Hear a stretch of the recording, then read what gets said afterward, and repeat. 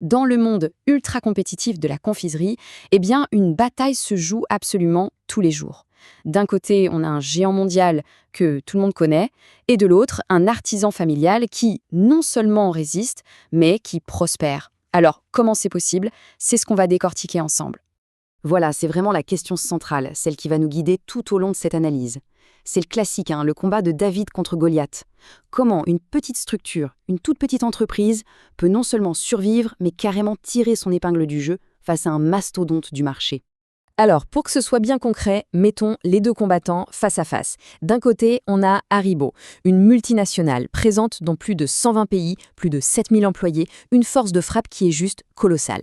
Et de l'autre, la confiserie des Hauts-de-Vosges, la CDHV, une entreprise familiale, une cinquantaine de personnes, un seul site. Franchement, on pourrait difficilement imaginer deux mondes plus opposés. Bon, pour comprendre leurs stratégies respectives, il faut d'abord se poser une question fondamentale. À qui est-ce que ces entreprises doivent rendre des comptes?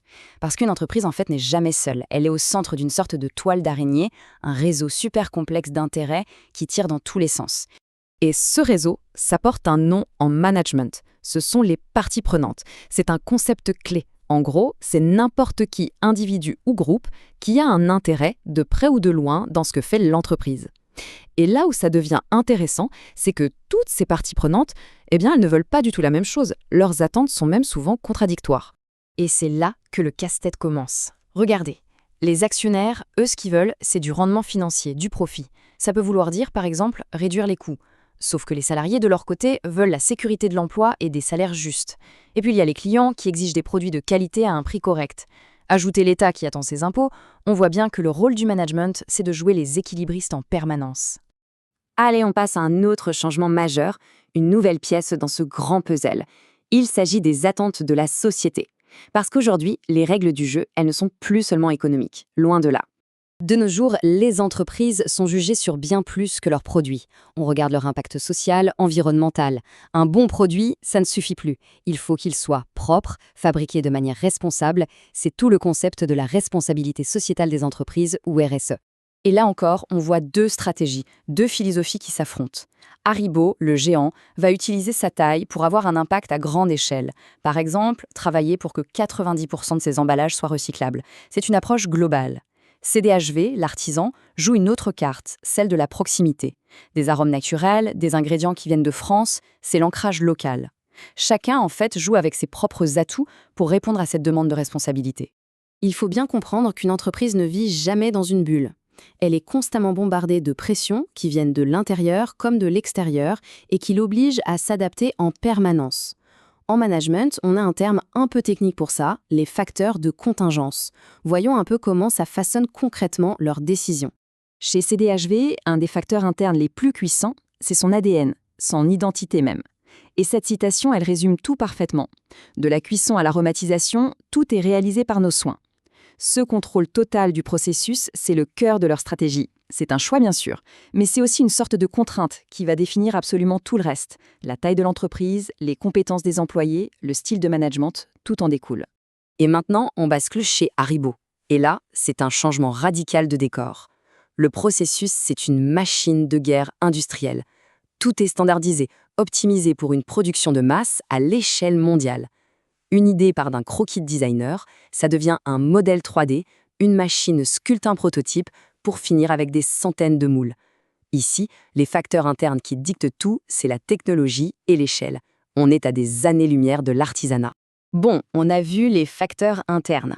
Maintenant, regardons un facteur qui vient de l'extérieur, et il est de taille, les consommateurs. Le chiffre est assez fou. 87% des Français pensent que certains bonbons font partie de notre patrimoine national. C'est pas rien.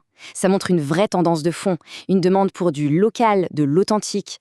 Et pour enfoncer le clou, ce chiffre confirme la tendance. Presque 70% des acheteurs réguliers bonbons disent que l'origine régionale est un critère important pour eux. Cette pression qui vient du marché, c'est un avantage absolument énorme pour un artisan comme CDHV. Et à l'inverse, c'est un sacré défi pour un géant mondialisé comme Haribo. Allez, on aborde un autre sujet incontournable, le virage numérique. Et ça, c'est un peu le grand égalisateur.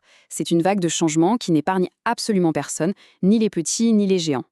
Et la preuve la plus flagrante, c'est que malgré leurs différences abyssales, Haribo et CDHV ont tous les deux adopté une stratégie multicanale. Ils vendent dans des magasins physiques et sur Internet. Pourquoi? Parce qu'il faut être là où sont les clients, tout simplement. Aujourd'hui, ignorer le web, c'est signer son arrêt de mort. Mais attention, le numérique, c'est une véritable épée à double tranchant. D'un côté, c'est fantastique, les opportunités sont immenses. On communique plus vite, on recrute mieux, on veut travailler de façon plus flexible. Mais de l'autre côté de la médaille, il y a les risques, et ils sont bien réels. La cybercriminalité, les vols de données, des coûts qui peuvent exploser, et même le vol de secrets de fabrication. Trouver le bon équilibre dans tout ça, c'est un défi de tous les instants. Alors, après avoir vu tout ça, on en arrive à la grande question. Comment est-ce que ces deux entreprises, qui sont aux antipodes l'une de l'autre, peuvent toutes les deux réussir? Quel est l'ingrédient secret?